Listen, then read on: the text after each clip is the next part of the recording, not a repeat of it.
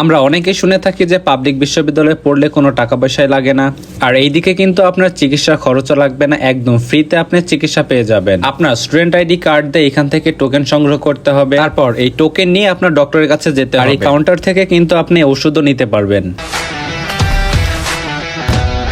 আসসালামু আলাইকুম, সবাইকে স্বাগত জানাচ্ছি নতুন একটা ভিডিওতে। তো আমরা কম বেশি সবাই জানি যে পাবলিক বিশ্ববিদ্যালয়গুলোতে তেমন একটা টাকা পয়সা লাগে না, উল্টো তারা এখানে আপনাকে বিনা টাকায় আবাসন ব্যবস্থা, চিকিৎসা ব্যবস্থা সহ অন্যান্য সুযোগ সুবিধাগুলো দিবে। বেশ কয়েকদিন আগে আমি আমার এলবোতে ব্যথা পাই, আর ব্যথাটা বেশ গুরুতর ছিল, আর এইদিকে যেহেতু ফ্রিতে আমার ডক্টরের কনসাল্ট নেওয়ার সুযোগ আছে, তাই আমি আজকে চলে আসলাম রাজশাহী বিশ্ববিদ্যালয়ের চিকিৎসা কেন্দ্রে।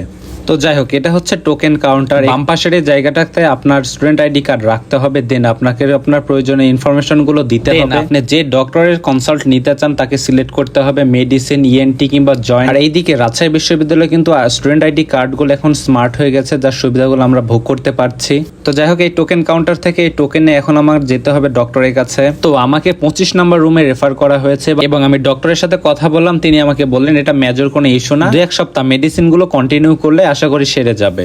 আর আরেকটা ইন্টারেস্টিং ফ্যাক্ট হচ্ছে আমার প্রেসক্রিপশন কিন্তু অলরেডি ওষুধ কাউন্টারে চলে গেছে, আর এইটা ছিল আগের ওষুধ কাউন্টার, যা নতুন এখানে স্থানান্তরিত করা হয়েছে। এখানে আইডি কার্ড শো করলে আপনার প্রেসক্রিপশন এবং ওষুধ একসাথে দিয়ে দিবে, আর আশা করছি মেডিসিন গুলো কন্টিনিউ করলে খুব দ্রুত আমি রিকভারি করব। আর মেডিকেল থেকে বের হয়ে দেখলাম এক বৃদ্ধ মহিলা ওজন মাপার মেশিন নিয়ে বসে আছে। আমি সাধারণত বাহিরে ওজন মাপি না, তবে এই ধরনের মানুষজন দেখলে আমি আমার সাধ্যমতো সহায়তা করার চেষ্টা করে থাকি। আপনাদের আশেপাশের এই ধরনের মানুষ দেখলে অবশ্যই নিজ নিজ জায়গা থেকে সহায়তা করার চেষ্টা করবেন। আর এই ছিল আজকের ভিডিওটি কেমন লাগলো অবশ্যই আমাকে জানাবেন। Till the next video, tata, bye bye.